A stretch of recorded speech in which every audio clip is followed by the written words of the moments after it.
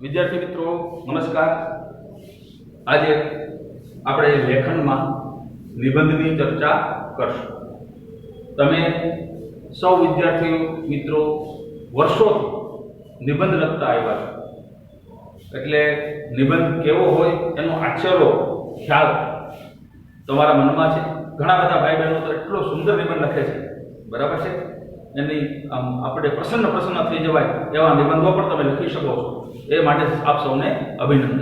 પણ ઘણા મિત્રોને હજી નિબંધ લખવામાં થોડો કંટાળો આવે છે, કોઈને જરા અણગમો છે, જરા એમાં એ ગરબડ ગોટા કરે છે। પણ નિબંધનો જે પ્રશ્ન છે એ અગત્યનો માર્કની દૃષ્ટિએ તો છે જ, પણ સૂઝ કેળવવાની દૃષ્ટિએ પણ આ નિબંધ આપણને ઘણું બધું શીખવી જાય છે। નિબંધ શબ્દ જે છે એ શબ્દને જ આપણે જરા વિસ્તારીએ તો નિહિ વત્તા બંધ, જેમાં તમને વિચારોનું, તમને કલ્પનાનું, તમારી મૌલિકતાનું બંધન નથી। તમે તમારી અનુભૂતિને ખૂબ સુંદર રીતે અભિવ્યક્ત કરી શકો, એટલા માટે આ નિબંધ લેખન હોય છે। જીવનના અમુક પ્રશ્નો એવા હોય છે કે જેને ખૂબ વિસ્તારથી સમજવાના હોય છે, ક્યારેક ખૂબ વિસ્તારથી એનું વર્ણન કરવાનું હોય છે, ક્યારેક ખૂબ વિસ્તારથી એ કોઈને સમજાવવાના હોય છે। જ્યારે આવી બાબતો તમારા જીવનમાં આવવાની છે, ત્યારે આ નિબંધ લેખનની જો આવડત હોય, એ શુદ્ધ બરાબર કેળવાઈ ગઈ હોય, તો તમે જીવનમાં ઘણી બધી બાબતોમાં, બરાબર છે, તમે સફળતા મેળવી શકો। તો નિબંધ લેખન માટે મૂળ જે 4 બાબતો છે એ 4 બાબતોની જરા આછેરી આપણે ચર્ચા કરીએ। તો નિબંધ લેખન માટે સૌથી પહેલી બાબત છે મૌલિકતા। તમારી પાસે મૌલિકતા હોવી જોઈએ। મૌલિકતા એટલે શું? તો કે ભાઈ મૂળપણામાંથી આ મૌલિક શબ્દ આવ્યો, મૂળ। તો એક મૂળ બાબત ક્યાંથી આવે તો કે અનુભવોમાંથી। એ અનુભવો આપણને આપણા ઘરમાંથી, પરિવારમાંથી મળે, આપણા કુટુંબમાંથી મળે, આપણા આડોશ પાડોશમાંથી મળે, સમાજમાંથી મળે, શાળામાંથી મળે, મિત્રોના સંસર્ગથી મળે। જેમ જેમ તમે બહાર ભમો, બરાબર છે, એટલે ઉમાશંકર જોશીએ કીધું ને, ભમ્યા વિના મારે ભમવાતા ડુંગરા, જંગલની કુંજ કુંજ જોવી હતી। તો એ શું કામ ભમવાની વાત છે, રખડપટ્ટીની વાત શું કામ મહત્વની છે? કાકા સાહેબ ખાલેલકરે ઉત્તમ નિબંધો આપ્યા, બરાબર છે। અને નિબંધો કેવા નામ છે એના તમે જુઓ, રખડવાનો આનંદ, તમે જુઓ કેટલા અદ્ભુત નિબંધો, બરાબર છે। હિમાલયના પ્રવાસના તમને અસંખ્ય તમને નિબંધો મળશે। કેટલા બધા મહાન સર્જકોએ નિબંધો એ હિમાલયના પ્રવાસ ઉપર પણ લખ્યા, બરાબર। તો એ શા માટે? હંમેશા નિબંધ લખવા માટે તમારી પાસે અનુભવોનું ભાથું હોવું જોઈએ। શું હોવું જોઈએ? અનુભવોનું ભાથું। કારણ કે અનુભવોના ભાથામાંથી જ, તમારા નિરીક્ષણોમાંથી તમે જેટલું નિરીક્ષણ કરશો, હવે આ ટેવ પાડો। તમને હું વારે વારે કહું છું કે તમારે જ્યાં પણ તમે નીકળો છો તો ત્યાં શું છે, કોણ છે, કેવા લોકો છે, કેવી કેવી દુકાનો આવે છે રસ્તામાં, એ દુકાનોમાં કેવા પ્રકારના માણસો છે, આ બધું જ ધીમે ધીમે અવલોકન કરવાની ટેવ તમારે પાડવી જોઈએ। જો આવી ટેવ પાડશો તો તમને ઘણી બધી બાબતોનો અનુભવ મળશે, અને એ અનુભવ તમારી મૌલિકતા વધારવામાં ઉપયોગી થશે। તો પહેલી બાબત જે છે એ મૌલિકતા। મૌલિકતાનો મૂળ આધાર છે તમારા અનુભવો અને તમે કરેલા નિરીક્ષણો। કદાચ તમે નાના છો, હજી અનુભવો ન થયા હોય, પણ માની લો કે કોઈ તમે સરસ વાતો વાંચી, બરાબર છે, તો એ વાંચ્યું, એમાંથી તમે જ્ઞાન પણ પ્રાપ્ત કર્યું, માહિતી પણ પ્રાપ્ત કરી। તો એ પ્રાપ્ત કરેલી માહિતી, એ પ્રાપ્ત કરેલું જ્ઞાન, એ પ્રાપ્ત કરેલું અવલોકન, એ પ્રાપ્ત કરેલું નિરીક્ષણ તમે જ્યારે ઉપયોગમાં લો છો, ત્યારે એ તમે મૌલિકતાનો ઉપયોગ કર્યો છે એમ કહેવાય। તો મૌલિકતા બરોબર સમજાઈ ગયું। બીજો છે પોઈન્ટ કલ્પના। તો તમે સમજો કે ધીમે ધીમે હવે તમારી કલ્પના શક્તિ ઓછી થવા માંડી। શું કામ? તો કે આ બધા મોબાઈલ અને ટીવી, કોમ્પ્યુટર આ બધું આવતા તમારી પોતાની જે કલ્પના શક્તિ હતી એ દિવસે દિવસે એનું સર્જન ઓછું થવા લાગ્યું। તો હવે શું કરવાનું છે? તો હવે માની લો કે તમે ભાષામાં કોઈ કાવ્ય, કોઈ વાર્તા, કોઈ નિબંધ, બરાબર છે, કોઈ આત્મકથાનો અંશ કે કાંઈ પણ વાંચો, તો એની ઉપર થોડુંક મનન કરો। એની પર થોડુંક ચિંતન કરો. આમ કરવાથી શું થશે તો કે તો તમારી કલ્પનાઓ વિકસશે. તમારે તર્ક કરવાનો છે કે ભાઈ આમ થયું, આ ઘટના આમ બની, તો આ ઘટના આમ બની તો કઈ રીતે બની, બરાબર છે, શું કામ બની, કઈ રીતે બની, અને હવે એ ઘટના બની છે તો એનું ધીમે ધીમે ધીમે ધીમે ધીમે આપણે ક્યાં સુધી એ ઘટના લંબાઈ શકે એ તમારે કલ્પના કરવાની છે. મુદ્દો કોઈ પણ હોય, વિષય કોઈ પણ હોય, વાત કોઈ પણ હોય, કલ્પના તમારે તમારી પોતાની કરવાની છે. તો તમે કલ્પના કરતા શીખો. બરાબર છે. તમે નાના હતા ત્યારે બાળ વાર્તાઓ પણ ખૂબ વાંચી છે. બરાબર છે. રાજા હતો અને રાણી હતી, પછી આમ થયું, પછી આમ થયું, પછી આમ થયું. તો એવી રીતે કલ્પનાઓ દ્વારા તમે પણ સુંદર મજાનું ઘડતર, ચણતર સાહિત્યમાં કરી શકો છો. તો આવું કરો. બેઠા બેઠા વિચારો, કલ્પનાઓ કરો. બરાબર છે. તમારા જાત વિશેની કલ્પનાઓ કરો. બરાબર છે. કે હું મોટો થાઈશ તો હું શું બનીશ. ભલે આપણે શેક્સપિયરની વાર્તા જેવું નથી કરવાનું, પણ કલ્પનાઓ તો કરવાની જ છે કે ભાઈ હું મોટો થઈશ, ખૂબ ભણીશ, ખૂબ સારી ડિગ્રી મેળવીશ, ખૂબ સારી જોબ કરીશ. તમને જે ગમતી હોય, તમને જે ધંધા ઉદ્યોગ નોકરી ગમતા હોય એના વિશે તમે કલ્પનાઓ કરો. એમાં તમે નવું શું કરી શકો છો એ વિચારો. તો જેમ જેમ કોઈ બાબતમાં તમે ઊંડાણથી વિચારશો એમ એમ તમારી કલ્પના છે એ બળવત્તર બનતી જશે. તો જ તમારી કલ્પના ખીલે. આ એક. બીજું, કલ્પના કઈ રીતે આવી શકે તો બીજું છે તમે એનો પ્રત્યક્ષ અનુભવ કરો. મારે તમને માળનાથના ડુંગરાની વાત કરવી હોય, બરાબર છે, તો હું ખાલી શબ્દ ચિત્ર રજૂ કરું કે ભાઈ ત્યાં એક સરસ મજાનું શિવનું મંદિર છે, પાછળ સુંદર મજાના પર્વતો છે, એની પર મોટી મોટી પવનચક્કીઓ છે. તો આ તમે જોયું નથી. હવે ખાલી મારા શબ્દોને આધારે તમારા મનની અંદર એક કલ્પના કે ભાઈ કેવું હશે શિવાલય. તો શિવાલય તમે ક્યાંક જોયું હશે તો તમે શિવાલયની કલ્પના તમારી વધારે સારી રીતે થઈ શકશે. ક્યાંક પર્વત જોયો હશે તો તમે સુંદર પર્વતની કલ્પના કરી શકશો. નદીઓ જોઈ હશે, દરિયા જોયા હશે, સમુદ્ર જોયા, પર્વતો, સમુદ્રો, વૃક્ષો, આ જેટલું જેટલું તમે જોયું હશે એનું તમારા માનસપટ ઉપર કલ્પના ચિત્ર ઉપસશે અને એના આધારે તમે સુંદર મજાની વિશેષ ઊંડાણવાળી કલ્પનાઓ કરતા થશો.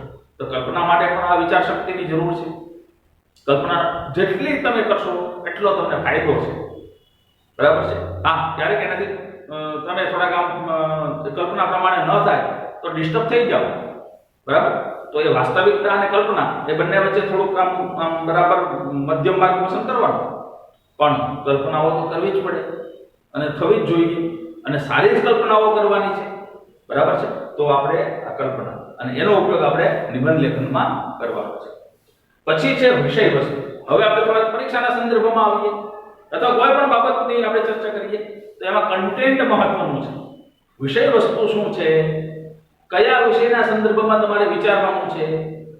જે માની લો કે પરીક્ષામાં તમને જે વિષય પૂછાણો તેમાં 3 ઓપ્શન છે માની લો, તો એ 3 માંથી કયો ઓપ્શન એવો છે કે જેમાં તમે ખૂબ સારી રીતે મૌલિકતાનો ઉપયોગ કરી શકો છો, તમારી કલ્પનાનો ઉપયોગ કરી શકો છો, તો એ વિષય તમારે લખવા માટે પસંદ કરવો જોઈએ. બરાબર છે. તો વિષય વસ્તુ તો તમને તમારા લેવલનું જે વિષય હોય પૂછવામાં આવે.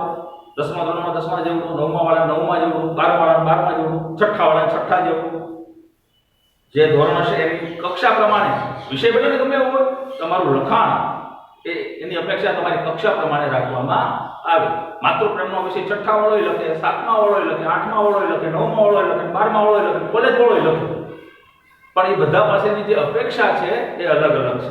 કે ભાઈ 6ઠ્ઠા ધોરણનો બાળક લખતો હોય માતૃપ્રેમ વિશે તો એની પાસે આવી અપેક્ષા છે. પણ કોલેજનો છોકરો જ્યારે બરાબર ગુજરાતી વિષય સાથે બીએ થતો હોય, એ બીએમાં હોય ને એ ગુજરાતી વિષયનો વિદ્યાર્થી માતૃપ્રેમ ઉપર નિબંધ લખતો હોય ત્યારે એની પાસે અપેક્ષા વધી જાય. બરાબર છે. તો મૂળ વાત અપેક્ષાની છે કે ભાઈ તમારી લેવલે આ વસ્તુ એટલી થવી જ જોઈએ અને એટલી વસ્તુ હોવી જોઈએ. તો વિષય વસ્તુ અને સૌથી પછી આગળનો પોઈન્ટ છે ભાષા શૈલી. ભાષા વિશે તમે સૌ જાણો છો કે ભાઈ આપણી ભાષા સૌથી પહેલા તો સારા અક્ષર હોવા જોઈએ, જોડણીની ભૂલ હોવી ન જોઈએ, અલ્પ વિરામ, પૂર્ણ વિરામ એટલે કે વિરામ ચિહ્નનો તમે બરાબર ઉપયોગ કર્યો હોવો જોઈએ, અનુસ્વારની કોઈ ભૂલ હોવી ન જોઈએ. બરાબર છે. આ ભાષાની વાત. વાક્ય રચના સુંદર હોવી જોઈએ, આ પણ વાત છે. અને બીજી એના પછીની વાત છે શૈલી. હવે તમારી શૈલી, જો બધા જ તમે નિબંધ લખો છો તો બધાની શૈલી અલગ અલગ છે. માતૃપ્રેમ ઉપર વિષય આપો કે માતૃપ્રેમ ઉપર લખો, અથવા વર્ષાઋતુ ઉપર નિબંધ લખો, તમે બધા જ લખશો ક્લાસમાં, બરાબર. 60 છોકરાઓ ભાઈ બહેનો તમે લખશો, એક જ વિષય ઉપર લખશો, પણ એક સરખો નિબંધ કોઈનો હશે નહીં. કેમ આવું બને છે? તો કે દરેકની મૌલિકતા, કલ્પના અને ભાષા શૈલી અલગ અલગ હોય. એની રજૂઆત કરવાની જે વાત છે એ અલગ અલગ હોય. તો અલગ અલગ હોય એટલે તમે જુદા પડો છો. અને જેટલી શૈલી, હવે શૈલી જે છે એ જુદા જુદા પ્રકારના નિબંધોમાં જુદા જુદા પ્રકારની હોય. તમે ઘટના પ્રધાન નિબંધ લખો છો તો એમાં તમારી શૈલી જે છે એ જુદી હોય. તમે લલિત નિબંધ સરસ મજાનો કોઈ લખો છો તો એની તમારી જે લખવાની શૈલી છે અલગ હોય. તમે કોઈ ચરિત્ર નિબંધ લખો છો તો એ લખવાની શૈલી અલગ હોય. તમે આત્મકથા માની લો કે તમને પૂછાય એક સૈનિકની આત્મકથા, તો એ વખતે તો તમારે બધું આખી શૈલી તમારી બદલાવી જ પડે. તમારે પોતાના સૈનિક બની જવાનું છે. ડોક્ટરની આત્મકથા હોય તો તમારે ડોક્ટર બની જવાનું છે. મુખ્યમંત્રીની આત્મકથા હોય તો તમારે મુખ્યમંત્રી બનવાનું છે. વડાપ્રધાનની આત્મકથા હોય તો તમારે વડાપ્રધાન બનવાનું છે. એરોપ્લેનની આત્મકથા હોય તો તમારે એરોપ્લેન બનવાનું છે. જેની આત્મકથા પૂછાય એ તમારે બની જવાનું છે. તો ત્યાં શૈલી આખી ફરી જશે. બરોબર છે? તો આ વાત તમારા મગજમાં ઉતારવાની છે, વિચારવાનું છે. હવે આપણે નિબંધ લખતી વખતે કેવી બાબતોની કાળજી રાખશું એના વિશે આપણે થોડીક ચર્ચા કરીએ. તો મિત્રો, તમે વર્ષોથી નિબંધ લખો છો. અહીં આપણે થોડીક નોંધપાત્ર બાબતો જોઈશું જે તમારા નિબંધને વધુ અભિવ્યક્તિક્ષમ અને વધુ ચુસ્ત બનાવી શકે. સૌથી પહેલો મુદ્દો, તમે પહેલા નક્કી કરો કે તમે કયા પ્રકારનો નિબંધ વધુ સારી રીતે લખી શકો. તમને ખ્યાલ તો હશે કે નિબંધ વિવિધ પ્રકારના હોય છે. પ્રકૃતિ વિષયક, માહિતી પ્રદાન, ઘટના પ્રદાન, ચિંતન પ્રદાન, આત્મકથા જેવા નિબંધો લખવાના થતા હોય છે. તમે જે નિબંધ લખવા માંગો છો તેમાં કઈ વિગતો આવી શકે તે વિચારો અને નોંધો. તેના મુદ્દા તારો. આ મુદ્દાની કાચી યાદી બનાવો. ત્યારબાદ મુદ્દાની મુદ્દાનો ક્રમ નક્કી કરો. કયો મુદ્દો પહેલા લેવાથી તમારો નિબંધ વધુ ચુસ્ત બનશે અને લખાણ વધુ પ્રવાહી બનશે એ વિચારો. તમે સમાનાર્થી શબ્દો, વિરુદ્ધાર્થી શબ્દો, રૂઢિપ્રયોગ, કહેવત, દુઆ, સંસ્કૃતના શ્લોક, મંત્ર, કોટેશન્સ, આ બધું એનો અભ્યાસ કર્યો છે, જાણ્યું છે, તમને આવડે છે, તો તમે એનો ઉપયોગ કરો અને તમારા લખાણને વધારે અસરકારક અને સચોટ બનાવો. પસંદ કરેલા નિબંધ અનુસાર તમારી ભાષા હોવી જોઈએ. ભાષા જે છે એ તમે કેવો નિબંધ લખો છો, બરાબર છે? માના પ્રેમની વાત કરતા હોઈએ, માતૃ પ્રેમની વાત કરતા હોઈએ ત્યારે એમાં ભાવ પ્રધાન તમારી ભાષા હોવી જોઈએ, લાગણીશીલ ભાષા હોવી જોઈએ. એમાં કઠોર ભાષા ન ચાલે. જો તમે પ્રકૃતિ વર્ણનનો વિષય પસંદ કર્યો હોય તો તેમાં પ્રકૃતિનું દૃશ્ય નજર સામે ઊભું થઈ જાય તેવું સૂક્ષ્મ વિગતો સાથે વર્ણન કરવું જોઈએ. પ્રકૃતિના રમ્ય રૌદ્ર રૂપની વાત કરતી વખતે તેને માનવ સ્વભાવની સંકુલતા સાથે પણ સાંકળી શકાય. જો વાત કરીએ છીએ પ્રકૃતિના રમ્ય અને રૌદ્ર સ્વરૂપની, પણ એ અસર અંદર તો ક્યાં થાય છે? તો કે માનવના હૃદયમાં. તો એ માનવના હૃદયમાં જે અસર થાય છે એની ચર્ચા પણ આપણે નિબંધમાં કરવી જોઈએ. તેથી તેમાં પ્રયોજાયેલા ભાવવાચક, ઉદ્ગારવાચક વાક્યો પણ નિબંધને વધુ હૃદયસ્પર્શી બનાવી શકે. જો તમે માહિતી પ્રધાન નિબંધ લખવા માંગતા હો તો તમારી પાસે મુદ્દાઓને અનુરૂપ માહિતી હોવી જોઈએ. કોઈ માહિતી પ્રધાન નિબંધ તમને પૂછાય, બરાબર છે? આમાંનો આ કોરોનાના સંદર્ભમાં તમને કોઈ નિબંધ પૂછવામાં આવે તો ભાઈ COVID-19 અને કોરોના મહામારી વિશે નિબંધ લખો, તો તમારી પાસે એની માહિતી હોવી જોઈએ. એના માટે તમે છાપા વાંચેલા હોવા જોઈએ. તમારી પાસે એક જ્ઞાન હોવું જોઈએ. કોવિડ મહામારીના લક્ષણો વિશે તમને ખબર હોવી જોઈએ. એનાથી થયેલું નુકસાનની તમને ખબર હોવી જોઈએ. એનાથી જે આપણા સમાજમાં અસર થઈ એની તમને ખબર હોવી જોઈએ. જરૂરી પરિભાષા, તેના લાભ ગેરલાભ અંગે અથવા પક્ષ વિપક્ષ અંગેની માહિતી, તેના કારણો, ઉપાયો વગેરે જેવી વિગતો સમાવી લેવી જોઈએ. ક્યારેક કોઈ બાબતની બે બાજુ તો ભાઈ આના પ્લસ પોઈન્ટ આ છે, માઇનસ પોઈન્ટ આ છે, સારી બાબતો આ છે, નબળી બાબતો આ છે, એમ તારવતા પણ તમારે શીખવું જોઈએ. ઘટના બધા નિબંધ લખવા માંગતા હો તો એ ઘટનાનું તમારામાં શું મહત્વ છે? કોઈ ઘટના બની છે એના સંદર્ભમાં જો તમે નિબંધ લખો છો તો એ ઘટનાનું મૂલ્ય તમારા માટે શું છે? એ ઘટના જે બની એને તમે કઈ રીતે મૂલવો છો એ અગત્યનું છે. વ્યક્તિગત અથવા સામાજિક ઘટનાના સંદર્ભમાં એ ઘટના વિશેષ છે. આ ઘટના જે બની એની વિશેષતા શું છે એ તમારે નક્કી કરવાનું છે. તમારા મનમાં રોપાયેલી ઘટના વાંચનારના મનમાં રોપાય એવું વર્ણન ઘટના પ્રધાન નિબંધને આસ્વાદ્ય બનાવી શકે. જો કોઈ ઘટના બની, હવે એ ઘટના તમારી સાથે બની છે, બરાબર, એ વાંચનારને એનાથી શું મજા આવે? તો તમે એ ઘટનાને એવી રીતે આલેખો કે વાંચનારને એમ થાય કે વાહ, ખૂબ સરસ, મજા આવી ગઈ વાંચવાની. આ વાત. જો ચિંતનાત્મક નિબંધ લખવો હોય તો શીર્ષકના શબ્દોને ખોલીને કોઈ ચિંતન વિષય હોય, કોઈ કાવ્ય કૃતિ તમને નાટક આપી હોય, ચિંતનનો કોઈ સંદર્ભ આપ્યો હોય, માની લો કે પ્રામાણિકતાનું મહત્વ, એવો કોઈ વિષય તમને આપ્યો હોય જેમાં તમારે ચિંતનની જરૂર પડે, સીધી તેને જે વરે જે પરસેવે નાય, બરાબર છે, તો આમાં તમારે અલગ પ્રકારનું ચિંતન કરવું પડે, બરાબર છે. તો એ શીર્ષકના શબ્દો ખોલીને ઉદાહરણ દૃષ્ટાંત દ્વારા તેની પરિભાષાને સ્પષ્ટ કરીને તાર્કિક ક્રમિકતાથી બધી વિગતો ચુસ્ત રીતે મુકાવવી જોઈએ. પ્રકૃતિ વિષયક કે ઘટના પ્રધાન નિબંધમાં થોડો સ્વયં વિહાર થઈ શકે. કોઈ પ્રકૃતિનો વિષય આપે તમને, બરાબર છે, પ્રકૃતિના સંદર્ભમાં, તો એમાં તમે થોડીક છૂટછાટ કરીને તમે માનો વરસાદ ઋતુ પર લખવાનું હોય તો સુંદર મજાની પંક્તિઓ અને આ અને તેને બધું તમારી મોજ આવે એમ લખો, એમાં બહુ વાંધો આવે નહીં. પણ ચિંતનાત્મક નિબંધમાં સ્વયં વિહાર તેની નબળી બાજુ બને. પણ જ્યારે ચિંતન રજૂ કરવાનું આવે ત્યારે તમે પછી ગપ્પાબાજી શરૂ કરી દો, એ મેળ આવે નહીં. જો તમારે આત્મકથનાત્મક નિબંધ લખવો હોય તો તમે વિચારી જુઓ કે તમને કેવી વાત સાંભળવામાં રસ પડી શકે, બરાબર છે. આત્મકથનાત્મક નિબંધ લખવાનો છે તો તમારે તમને પોતાને જે બાબતોમાં રસ પડતો હોય ને એવી બાબતો લખવી જોઈએ, કારણ કે વાંચનારને એમાં રસ પડવો જોઈએ ને, નહીંતર વાંચે કોણ? બરાબર છે. કોઈ પોતાની આત્મકથા કહે તો કોણ સાંભળે, ક્યારે સાંભળે? તેથી આ પ્રકારના નિબંધમાં બોલચાલની લડણ નિબંધને આકર્ષક બનાવી શકે. હિતેશ્વરી બા જે નિબંધ લખે છે એમાં બોલચાલની લડણ છે, એટલે એનો નિબંધ ખૂબ અસરકારક બને છે. તમે જોજો, વળી જે પોતાના જીવનના અંતિમ તબક્કામાં હોય તે પોતાના જીવનના સારરૂપ કોઈ સંદેશ આપે. તેથી કોઈ પણ આત્મકથા જે જીવન સંદેશ આપતી હોય તો તેનું મહત્વ હોય. હવે આત્મકથા લખનાર મોટા ભાગે વૃદ્ધ થઈ ગયા હોય, બરાબર છે, એના જીવનના અંતિમ વર્ષો હોય બધા, એટલે એના અંતિમ વર્ષોની અંદર એ પોતાના જીવનનો કોઈ સંદેશ, કોઈ એવું અનુભવ તમારી સાથે શેર કરવા માંગે છે, એનું આપણા જીવન માટે પણ ખૂબ મહત્વ હોય.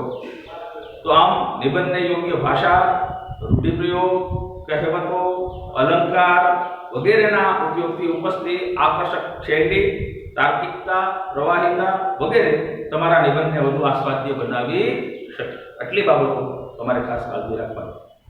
આમ નિબંધને યોગ્ય ભાષા, રૂઢિપ્રયોગ, કહેવત, અલંકાર આદિના ઉપયોગથી ઉપજતી આકર્ષક શૈલી, તાર્કિકતા, પ્રવાહિતા વગેરે તમારા નિબંધને વધુ આસ્વાદ્ય બનાવી શકે. નિબંધનું માળખું તો નિબંધના લખાણને મુખ્ય 3 ભાગમાં વહેંચી શકાય, એ આપણે સમજી ગયા છીએ. આરંભ એટલે એને આપણે પ્રસ્તાવના કહીશું, બરાબર. પછી વિષય વસ્તુ એટલે એને આપણે મધ્ય કહી શકીએ, બરાબર છે. અને છેલ્લે આવશે સમાપન. સમાપન એટલે આપણે એને ઉપસાહર કહીએ.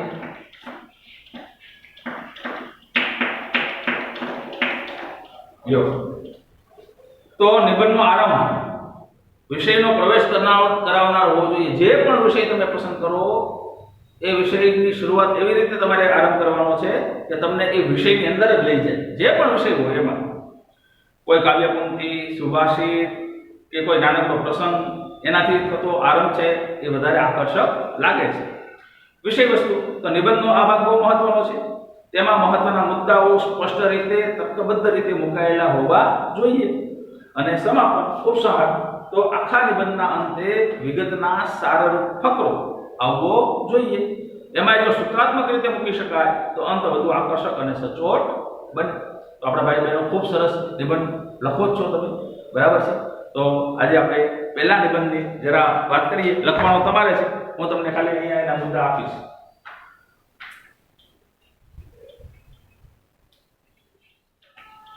પ્રકૃતિના રમ્ય રૌદ્ર સ્વરૂપો. આપણો વિષય છે પ્રકૃતિના, પ્રકૃતિ કુદરત એના રમ્ય એટલે સુંદર, રૌદ્ર એટલે ભયાનક સ્વરૂપ. તો હવે આપણે માનો કે નિબંધ લખવો છે, તો મુદ્દા તમે એમ માનો કે આ જ મુદ્દા હોય એવું કઈ જરૂર નથી. મુદ્દા તમે પણ તમારી જાતે પાડી શકો છો અને મુદ્દા પર તમે લખી શકો છો. કોઈ પણ મુદ્દા ચાલશે, પણ વિષયના સંદર્ભમાં જે મુદ્દા આવતા હોય એ વિષયના સંદર્ભને ખોલવા માટેના મુદ્દા અગત્યના જે છે એવા માની લો કે આપણે પ્રસ્તાવના. પછી આપણે લખીએ કે ભાઈ પ્રકૃતિના રમ્ય સ્વરૂપો.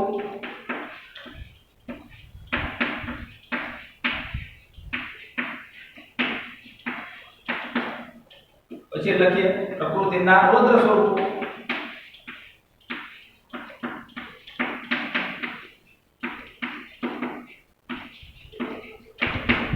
બરાબર છે? પછી માનવ જીવન ઉપર અસર અથવા પ્રકૃતિ અથવા જીવન ઉપર અસર એમ પણ લખી શકો. માનવ જીવન પર અસર.